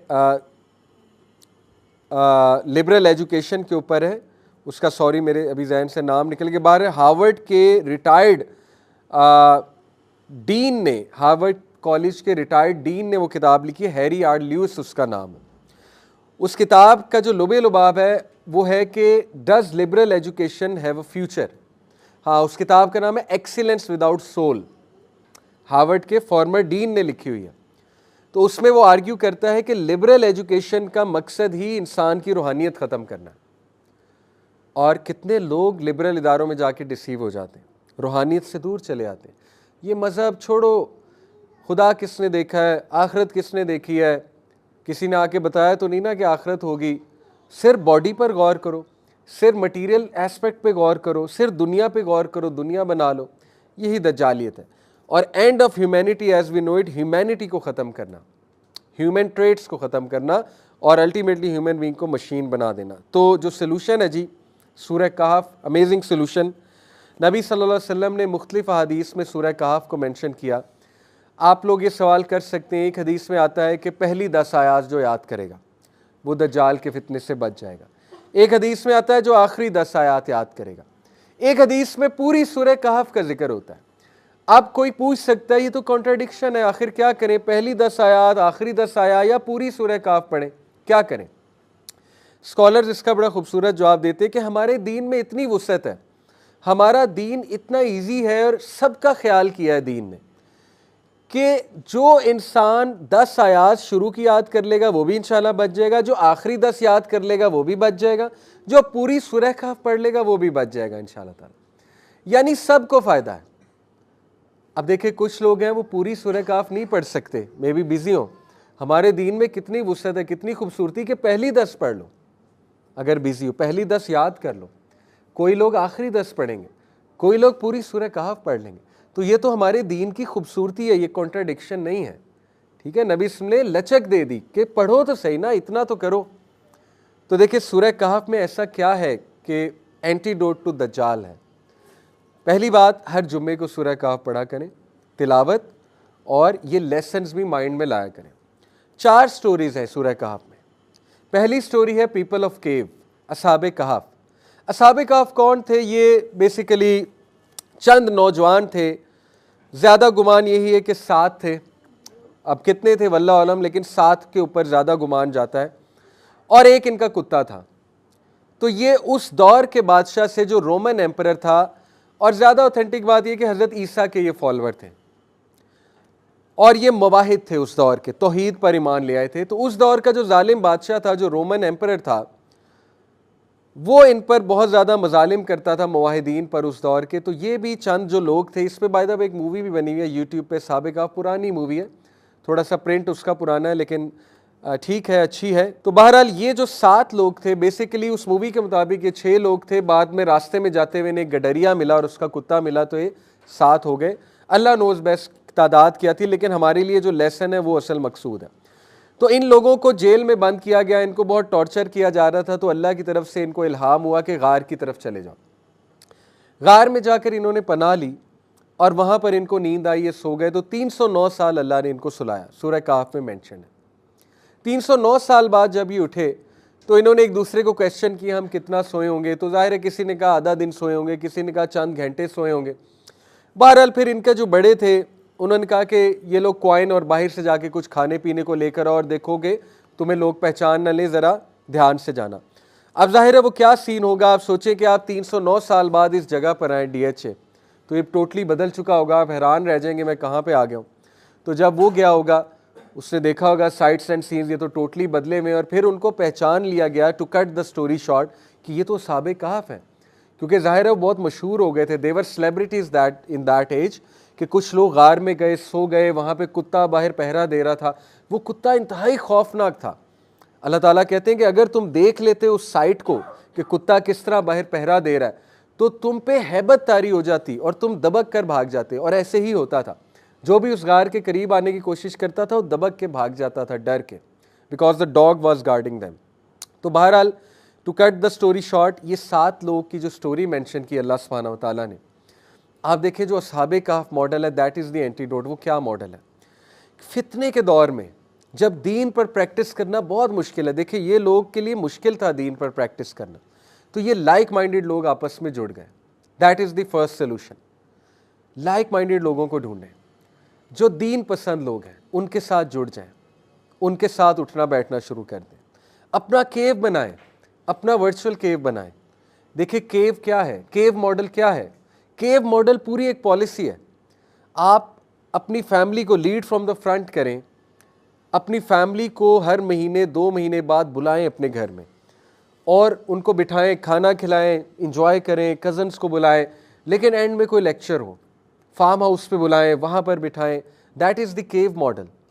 इसी तरह आप यूनिवर्सिटी में तालिब इल्म में केव मॉडल की तरफ आएँ, अपने लाइक माइंडेड दोस्त बनाएं, उनमें बैठें, मस्जिद जाएं, मस्जिद में जाकर टाइम स्पेंड करें, फितनों वाली जगहों पे कम से कम जाएं, कैफ़ेज़ में कम से कम बैठें, आपस में जुड़े रहें। मुझे याद है मैं जब GIK में था, स्टूडेंट था, अल्हम्दुलिल्लाह जब चेंज हुआ तो मेरी जो दूसरी कंपनी थी वो छोड़नी पड़ी अनफॉर्चुनेटली।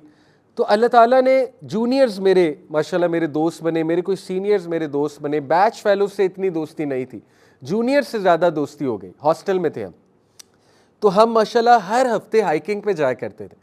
वो GIK ज़रा ऐसा इलाका है, सवाबी टोपी, आपको पता है पहाड़ी इलाका है। हम हाइकिंग किया करते थे, गाँव से गुजरा करते थे, रास्ते में गन्ने खाते हुए जा रहे हैं, गन्नों के वहाँ पे वो खेत थे, और जाहिर है कुएं से पानी पीते जा रहे हैं, नेचर को एंजॉय करते जा रहे हैं। तो हमने मॉडल बना लिया, हमने हाइकिंग हर हफ्ते करनी है। और when we were together, when we stuck together, तो अल्हम्दुलिल्लाह हमारा उठना बैठना आपस में था। अब देखिए यूथ क्लब, मैं आपको मिसाल देता हूँ। यूथ क्लब पूरी एक कम्युनिटी है, लाहौर, इस्लामाबाद, हमारे जो मेंबर्स हैं वो आपस में कनेक्टेड हैं, वेल कनेक्टेड, उनके बच्चे आपस में कनेक्टेड हैं, उनकी दोस्तियाँ आपस में हैं, लाइक माइंडेड लोग हैं। होम स्कूलिंग होती है।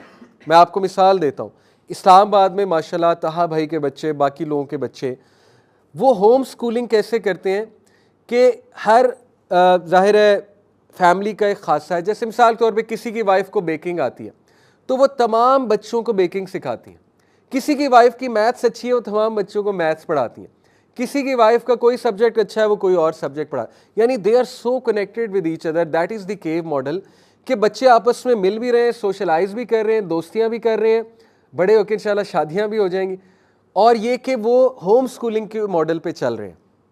और माशाल्लाह इतने ज़हीन वो बच्चे हैं, आप उनसे मिलेंगे, मतलब इतने क्रिएटिव हैं, इतने वो कॉन्फिडेंट हैं। They are travelling together with their fathers, they travel together, they don't have to follow that model कि सुबह 7 बजे उठ के मैं जाऊँ, ठीक है ना, and they people such kids hate school, यानी school is like a prison to them. But the cave model is that कि अपने बच्चों को लाइक माइंडेड लोगों के साथ कनेक्ट करें, दैट इज़ द असहाब काफ मॉडल। तो ये बहुत बड़ा एंटीडोट है, ये करना पड़ेगा, अदरवाइज स्लिप होने के बहुत चांसेस हैं। क्योंकि if you are sitting amongst people जिनको ना कोई नमाज की फ़िक्र है और सारी बातें उनकी ये हैं कि गाड़ी कौन सी ले ली, अच्छा ग्रेड्स कितने आ गए, और दुनिया दुनिया दुनिया, देयर ऑल अबाउट दुनिया, तो फिर जाहिर है कि बहुत मुश्किल हो जाएगा। तो ये पहली चीज़ है। फिर आप देखिए कि एक और लेसन असहाब काफ की स्टोरी से मिलता है कि फितने के दौर में स्टेड फास्ट रहो, stick together and be steadfast. और स्टेड फास्टनेस कैसे आती है? दीन के इल्म से आती है। अगर आप दीन का इल्म लेंगे इंशाल्लाह स्टेड फास्टनेस आ जाएगी। कुरान और हदीस ठोस पढ़ेंगे इंशाल्लाह खुद ब खुद आप में स्टेड फास्टनेस आ जाएगी। फिर हम आते हैं दूसरी स्टोरी की तरफ, that is the story of man with 2 gardens. सूरह कहफ में अल्लाह ताला 2 ऐसे लोगों की स्टोरी सुनाते हैं कि जिनके बहुत से बागात थे, उनमें से एक बहुत अमीर था, उसके बहुत ही ज़्यादा अच्छे बागात थे और बहुत ज़्यादा अल्लाह ने उसको दिया हुआ था। तो उसका जो फ्रेंड था, कोलीग था, वो उसको बहुत समझाता था। देखिए एक अच्छे दोस्त का कितना फ़ायदा है, अच्छा दोस्त समझाता है। वो उसे बहुत समझाता था कि तुम एरोगेंट ना बनो, वो एरोगेंट बनता था, वो कहता था कि नहीं नहीं ये मेरी मेहनत है, he was all about me me and me. वो अपने अंदर डूबा हुआ था कि मैं ये हूँ, मैं वो हूँ, अल्लाह ने देखो, वो कहता था कि ठीक है अगर आखिरत है, अल्लाह है, तो अल्लाह ने मुझे यहाँ दिया तो वहाँ भी बहुत देगा। उसका दोस्त समझाता था बी हम्बल, और उसने कहा कि तुम अपने बाग में जब दाखिल हुआ करो तो माशाअल्लाह ला कुव्वता इल्ला बिल्लाह कहा करो। उस शख्स ने हीड नहीं पे की, ही डिड नॉट पे एनी हीड टू दैट। क्या हुआ? अल्लाह ताला ने उसके बागात को डिस्ट्रॉय कर दिया रातों रात, और वो हाथ पर हाथ मलता रह गया और सुबह उठ के अपने सर को पीटने लगा। और उसके अल्फाज मेंशन है, उसने कहा कि हाय काश मैंने अपने रब के साथ किसी चीज़ को शरीक ना किया होता। अब इस स्टोरी में कहीं नहीं है कि वो कोई आइडल वर्शिपर था, तो किस चीज़ को उसने शरीक किया अपने साथ? अपने नफ्स को, मटीरियलिज्म को। Materialism became a religion for him, his own self became God for him. तो आज के दौर में ये बहुत थिन लाइन है। देखें आज के दौर में अचीवमेंट्स कितनी ज़्यादा मेंशन की जाती, मैंने ये अचीव किया, मैंने वो अचीव किया, हमने ये कर लिया, हमने वो कर लिया। और आज के दौर में हम किन बातों पे फ़ख्र करते हैं? मेरा बेटा आईवी लीग का पढ़ा हुआ है, मेरा बेटा आपको पता है फ़लानी जगह जॉब कर रहा है, वो फ़लानी कंपनी में, हम इन चीज़ों पे फ़ख्र कर रहे होते हैं। तो देखिए उससे एरोगेंस भी आती है, उससे हमारी वैल्यू सिस्टम भी डैमेज होता है पूरा का पूरा। जाहिर है हमारी औलादें वो अल्फाज सुनते हैं, वो क्या उनमें क्या जाएगा? उनमें यही जाएगा कि सक्सेस असल में आईवी लीग में जाना है। उनको यही मैसेज जा रहा है कि सक्सेस, फ़लाने कज़न की जब हम मिसाल देते, देखो वो फ़लानी यूनिवर्सिटी से पढ़ गया, तो उन्हें क्या मैसेज जा रहा है? उन्हें मैसेज ये जा रहा है कि दुनिया में, ज़िंदगी में सबसे इंपॉर्टेंट चीज़ जो है वो ये वाली हरकतें करना है। तो यही इस हमें स्टोरी से पता लगता है कि never make materialism a religion, humility and humbleness. तो इसका एंटीडोट क्या है? आयत नंबर 50। अल्लाह ताला ये स्टोरी सुनाने के बाद कहते हैं अलमालु वल बनूना ज़ीनतुल हयाति दुनिया वल बाकियातुस सालिहातु खैरुन इंदा रब्बिका सवाबन व खैरुन अमला। माल और औलाद दुनिया की जीनत है, लेकिन बाकी रह जाने वाले अमाल तेरे रब के यहाँ खैर वाले। देखिए अपने बच्चों को बाकी रह जाने वाले अमाल की तरगीब कीजिए, उनको लाएं सदका जारिया मॉडल की तरफ। हमने नेटफ्लिक्स तो सब्सक्राइब कराया हुआ है बच्चों को, अमेज़ॉन प्राइम तो करवाया हुआ है सब्सक्राइब, मंथली कटते हैं क्रेडिट कार्ड से, वीज़ा कार्ड से। क्या आपने अपने बच्चों को कोई चैरिटी भी सब्सक्राइब करवाई हुई है? मंथली चैरिटी की आदत डाली हुई है? That is the question. तो जितना अपने बच्चों को बाकी रह जाने वाले अमालों पे तरगीब देंगे, जितना ज़िक्र अज़कार, देखें ना बाकी रह जाने वाले अमाल क्या हैं? सुभान अल्लाह जब हम कहते हैं तो दरख्त लगता है एक जन्नत में, ये है बाकी रह जाने वाला अमल। बच्चों का माइंडसेट ऐसा डेवलप करें कि बेटा दुनिया में कुछ करके जाओ, कोई लेगेसी अपनी क्रिएट करके जाओ, इंसानियत के लिए कुछ करके जाओ। तो ये एंटीडोट है। और फिर तीसरी जो स्टोरी है क्विकली, मूसा और खिज़र की, बड़ी इंटरेस्टिंग स्टोरी है। मूसा अलैहिस्सलाम जो है उनसे सवाल ये हुआ कि सबसे ज़्यादा इल्म किसे है? तो जाहिर है बतौर नबी उन्होंने जवाब दे दिया, क्योंकि नबी को सबसे ज़्यादा इल्म होता है अल्लाह की तरफ से। तो उन्होंने कहा कि मुझे है, इसमें कोई एरोगेंस नहीं थी, बतौर नबी उन्होंने ये बात की। तो अल्लाह ताला ने फिर उनको ये वही की कि नहीं मूसा, मेरा एक बंदा है, आप उससे जाकर मिलिए, खिज़र, उसको सबसे ज़्यादा इल्म है। अब देखिए खिज़र अलैहिस्सलाम एक ऐसा कैरेक्टर है, मैं यहाँ पे क्लियर कर दूँ कि अहले तशय्युअ भी खिज़र अलैहिस्सलाम के हवाले से कुछ अकीदा रखते हैं, और हमारे कुछ सूफिया हैं एक्सट्रीम साइड पर जो गए सूफ़ीज़, वो खिज़र अलैहिस्सलाम, आपने अर्तुगरुल में खिज़र का बहुत मेंशन सुना है। अर्तुगरुल जो थी उसमें इब्ने अरबी का कैरेक्टर था, ऑल्दो इब्ने अरबी एक बहुत हेरेटिक और एक्सट्रीम सूफ़ी थे। उस टीवी सीरीज़ में तो उनका पॉजिटिव कैरेक्टर दिखाया, लेकिन इन रियलिटी इब्ने अरबी के अकायद बहुत ख़राब थे। तो बहरहाल सूफिया का एक अकीदा है कि खिज़र फ़िलहाल भी मौजूद हैं दुनिया में और हमारी मदद को आते हैं, और बाकायदा आपने देखा है अर्तुगरुल की कुछ सीन में खिज़र से मदद भी मांगी जाती थी। तो देखिए ये बातिल अकीदा है। खिज़र अलैहिस्सलाम अगर तो इंसान है और स्टिल ज़िंदा हैं, तो नबी सल्लल्लाहु अलैहि वसल्लम के हाथ पे बैत ज़रूर करते, क्योंकि हर जिन और इंस ने नबी सल्लम के हाथ पर बैत की। ठीक है, ऐसा हो नहीं सकता है कि एक इंसान मुसलमान हो, ज़िंदा हो और नबी सल्लल्लाहु अलैहि वसल्लम के हाथ पर बैत ना करे। लेकिन आपको नबी सल्लल्लाहु अलैहि वसल्लम की सीरत में कभी खिज़र का कैरेक्टर नहीं मिलेगा, कोई मुलाकात नहीं मिलेगी। ठीक है, तो ये अकीदा दुरुस्त नहीं है। खिज़र अलैहिस्सलाम कौन थे? कुछ लोगों ने, मुफस्सिरीन ने कहा फ़रिश्ते थे, और एक यूनिक फ़रिश्ते थे। अल्लाह ताला ने उनका तारुफ़ कराया मूसा से। कुछ लोग कहते थे कि इंसान है, कुछ लोगों ने नबी भी कहा। लेकिन बहरहाल जो भी थे, हमारे लिए बेसिकली वो लेसन्स लेना मकसूद है, बजाय कि इस बहस में पढ़ना। लेसन्स क्या हैं? मूसा अलैहिस्सलाम उनके साथ एक सफ़र पे निकले, खिज़र अलैहिस्सलाम उन्हें मिले भी बहुत अजीब तरीके से। वो एक अलग किस्सा है कि अल्लाह ताला ने उन्हें ये कहा था कि आप समंदरी सफ़र करो, जहाँ पे दो समंदर आपस में मिलते हैं, जहाँ पे पानी दो जगह पर मिलता है जाकर, सॉल्टी एंड स्वीट वाटर, वहाँ पर आपको जो है खिज़र मिलेंगे, और उसकी निशानी ये है कि आप जो मछली लेकर जा रहे हो वो ज़िंदा होकर निकल के भाग जाएगी। तो उन्होंने क्या देखा, एक सुरंग बनी, उस सुरंग में मछली चलेगी। कुछ लोग इसको पोर्टल और वॉर्म होल कहते हैं। बहरहाल हम इस डिस्कशन में नहीं जाएंगे, हम लेसन्स की तरफ आते हैं। खिज़र अलैहिस्सलाम इस डायमेंशन के थे या किसी और डायमेंशन के थे, वल्लाहु आलम, लेकिन लेसन्स बहुत इंपॉर्टेंट है। खिज़र अलैहिस्सलाम ने तीन जो है वाक़यात, तीन चीज़ें मूसा अलैहिस्सलाम को विटनेस कराई। पहला वाक़या कि मूसा अलैहिस्सलाम और वो कश्ती में सफ़र कर रहे थे, कश्ती में खिज़र अलैहिस्सलाम ने खामोशी से उस कश्ती में एक शगाफ, एक होल क्रिएट कर दिया, जिसकी वजह से वो कश्ती डूब गई। मूसा अलैहिस्सलाम जलाली तबीयत के थे, उनसे बर्दाश्त ना हुआ, उन्होंने गुस्सा किया। उन्होंने कहा कि ये तो आपने गलत काम किया है, तो आपने कश्ती को जो है वो बिला वजह डबो दिया, ये कश्ती तो गरीब लोगों की थी। खिज़र अलैहिस्सलाम ने कहा मैंने तुम्हें पहले कहा था कि शर्त मेरे साथ ये, तुम सवाल नहीं करोगे, तुमने क्वेश्चन किया।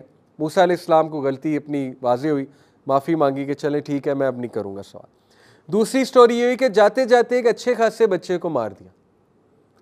अब ये बहुत अजीब वाक़या है, मेरे आपके सामने किसी बच्चे को मार दिया जाए, ज़ाहिर है हम कहेंगे ये क्या हुआ। तो मूसा अलैहिस्सलाम फिर दोबारा नबी थे, उनसे ना रहा गया, उन्होंने कहा ये आपने क्या कर दिया। तो उन्होंने कहा मैंने आपसे पहले कहा था आप मेरे साथ सब्र नहीं कर सकेंगे। तो मूसा अलैहिस्सलाम ने बड़ी मुश्किल से जबर करते हुए कहा कि चलें ठीक है मैं अब नहीं सवाल करूँगा। तीसरा वाक़या ये हुआ कि वो एक ऐसे इलाके में गए जहाँ के लोग बहुत ही कंजूस और मदद ना करने वाले थे। उन लोगों को भूख लगी थी, प्यास लगी थी, लेकिन उन लोगों ने उन्हें बिल्कुल नहीं पूछा। तो खिज़र अलैहिस्सलाम ने एक दीवार गिर रही थी, एक घर की खंडर था, उसको तामीर कर दिया। तो मूसा अलैहिस्सलाम को फिर ये बात मायूब लगी, गुस्सा चढ़ा। उन्होंने कहा कि आप इसकी उजरत ले सकते थे, ये लोग हमें कुछ खाने पीने को दे देते। तो यहाँ पर उन्होंने कहा कि आपका मेरा सफ़र ख़त्म है। यहाँ से ये साबित होता है कि एक इंसान को 3 चांसेस देने चाहिए, ये एक नुक्ता वाज़े होता है यहाँ से। ठीक है, इंसान है, गलती हो जाती है तो कोई बात नहीं, चांसेस देने चाहिए। लेकिन तीसरे के बाद उन्होंने कहा कि नहीं, ये अब मेरे सब्र का पैमाना जो है वो ख़त्म हुआ। तो अब मैं आपको इसकी रीज़न्स बताता हूँ। रीज़न्स क्या हैं? पहली रीज़न ये है कि वो जो कश्ती में शगाफ था वो इसलिए था क्योंकि आगे एक जालिम बादशाह जो है उसकी सल्तनत थी, तो वो कश्ती को हथिया लेता, तो मैंने कश्ती को डुबोना जो है वो बेहतर समझा। बाद में कश्ती ऊपर आएगी, गरीब लोगों के हाथ लग जाएगी और कश्ती वो ले लेंगे, अदरवाइज़ वो बादशाह ले जाता। दूसरा वाक़या जहाँ तक है, तो वो बच्चा जो था, वो बच्चा अपने माँ बाप के लिए बहुत बड़ी आजमाइश बनने वाला था। तो अल्लाह ताला का हुक्म था कि इस बच्चे को मार दिया जाए। आप देखें, ये मौलाना मौदूदी ने इस पर तबसरा किया अपनी तफसीर में कि हो सकता है ये मारना ऐसा हो कि जैसे आप मौत के फरिश्ते को किसी की रूह कब्ज़ करते देखें तो आपको लगेगा जैसे वो कत्ल कर रहा है, मौत का फरिश्ता कत्ल कर रहा है उनको, ठीक है ना, इंसान को। हो सकता है कुछ इस तरह का वाक़या हो। बहरहाल कत्ल इसलिए किया, उस बच्चे को मारा इसलिए कि वो बहुत बड़ी आजमाइश माँ बाप के लिए बन जाना था और अल्लाह ताला ने उन्हें एक और बेटा देना था जो उनके लिए बहुत खैर वाला है। तीसरा जहाँ तक वाक़या है, वो जो दीवार थी, वो असल में यतीम बच्चों का घर था। अगर वो दीवार गिर जाती तो उनका ख़जाना वाज़े हो जाता जो उनके बाप ने छुपाया हुआ था। तो अल्लाह ताला ने मुझे हुक्म दिया कि उस दीवार को मैं तामीर करूँ। तो वो दीवार को तामीर किया। तो ये इसकी तावील है, ये तफसीलात हैं इन वाक़यात की जिस पर आप सब्र नहीं कर सके। तो ये बहुत खूबसूरत वाक़या, इसमें जो हमें लेसन मिलता है, देखिए वो लेसन ये मिलता है कि नॉलेज तमाम का तमाम अल्लाह सुब्हानहू व तआला की तरफ से, और कोई ये क्लेम करे कि सारा नॉलेज मेरे पास है, वो गलत है। That is deception. आज वेस्टर्न सिविलाइजेशन ये क्लेम करती है कि वो ह्यूमैनिटी का जो पीक का नॉलेज है उसको रीच कर गई है, and that is the wrong claim. वही का नॉलेज असल में पीक का नॉलेज है। The fountain head of all knowledge is वही, नॉट द वेस्टर्न सिविलाइजेशन जो वो क्लेम कर रहे हैं। बहुत से लोग क्यों इंस्पायर्ड हैं, क्यों इम्प्रेस्ड हैं कि देखो उन्होंने क्या तरक्की कर लिया। देखिए तरक्की कर ली है, ठीक है, लेकिन मुसलमान के पास जो वही है, मुसलमान के पास जो कुरान मजीद है, वो उससे बहुत नेक्स्ट लेवल है, वो अफकार व नज़रियात। तो आज आप देखिए हम किस नॉलेज से इम्प्रेस होते हैं। इस्लामिक नॉलेज को हम कुछ नहीं समझते। हम कहते हैं ये तो मौलवी जो है, ये मौलवियों का नॉलेज है, ये तो मस्जिद में जाकर बस बैठो और मस्जिद में जाकर तबलीग करो, असल नॉलेज तो वो है। तो यही तो डिसेप्शन है। तो ये जो तीसरी स्टोरी है, देखिए इससे साबित होता है कि ह्यूमिलिटी और वही का नॉलेज जो है, जो अल्लाह सुब्हानहू व तआला की तरफ से जो गिवन नॉलेज है, जो रिवील्ड नॉलेज है, वही असल नॉलेज है। और दज्जाल जिस नॉलेज से डिसीव करेगा, जिससे बहुत से लोग डिसीव हो जाएंगे, वो असल नॉलेज नहीं है। That is the fake knowledge.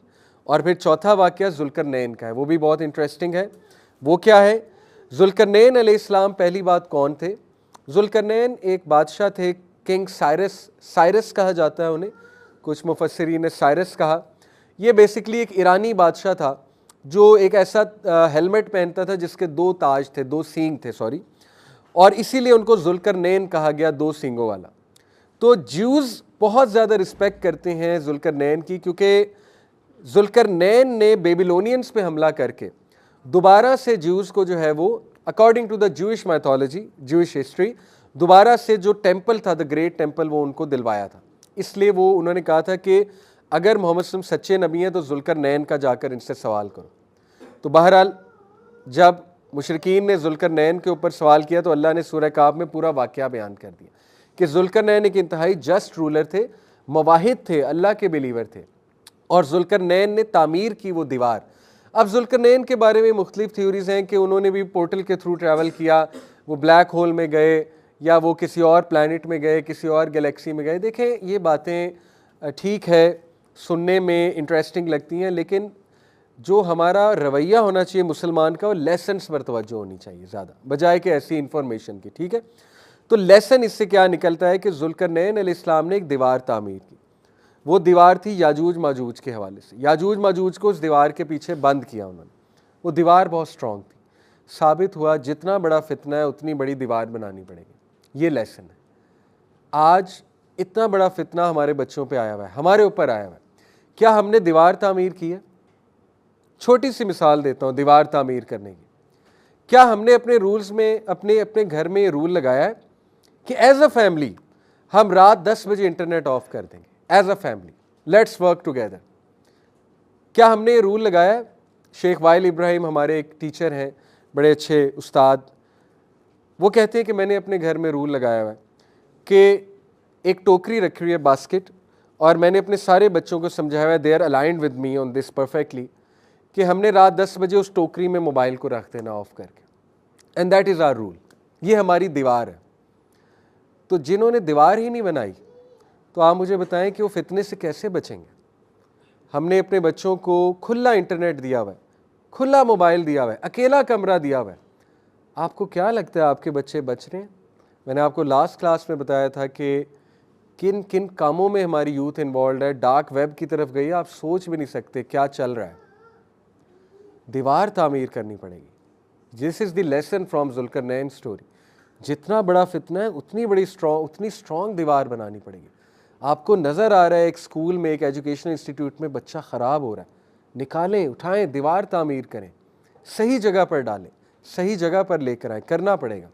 इसी तरह एक और जो इस स्टोरी से लास्ट बात साबित होती है, ज़ुल्करनैन के पास बहुत अथॉरिटी थी, बहुत पावर थी, लेकिन he use that authority to help people, he use that authority for justice. दज्जाल के पास बहुत अथॉरिटी होगी, बहुत पावर होगी, he will be deceiving people through that authority. But सही रूलर वो है जो मसाया है, सही मसाया। एक तो फॉल्स मसाया है, एक रियल मसाया हज़रत ईसा अलैहिस्सलाम, वो वही है जो अल्लाह के रूल्स के मुताबिक हुकूमत करेगा। दैट इज़ द रियल मसाया। तो देखिए ये 4 स्टोरीज़ में 4 जो फितने और लेसन्स हैं। पहली स्टोरी में है trial of religion, trial of religion. दज्जाल आपके रिलीजन का ट्रायल लेगा। तो अस्हाबे कहफ model is the solution. Stick together, इकट्ठे रहें, लाइक माइंडेड लोगों में रहें, अकीदा स्ट्रॉन्ग करें, स्टेड फास्ट रहें। और ये दुआ अस्हाबे कहफ की, रब्बना आतिना मिन लदुनका रहमत व हय्यि लना मिन अमरिना रशदा, इतनी इंपॉर्टेंट दुआ है कि ऐ अल्लाह आज के इज़म्स और स्किज़म्स के दौर में मैं गुमराह ना हो जाऊँ। ऐ अल्लाह इतने नैरेटिव्स हैं, इतना कुछ है, अल्लाह मेरे रास्ते को सीधा रख, सीधे रास्ते की तरफ मुझे ले जा, मुझे हिदायत दे, मुझे गाइड कर। Number 2, trial of materialism, trial of wealth.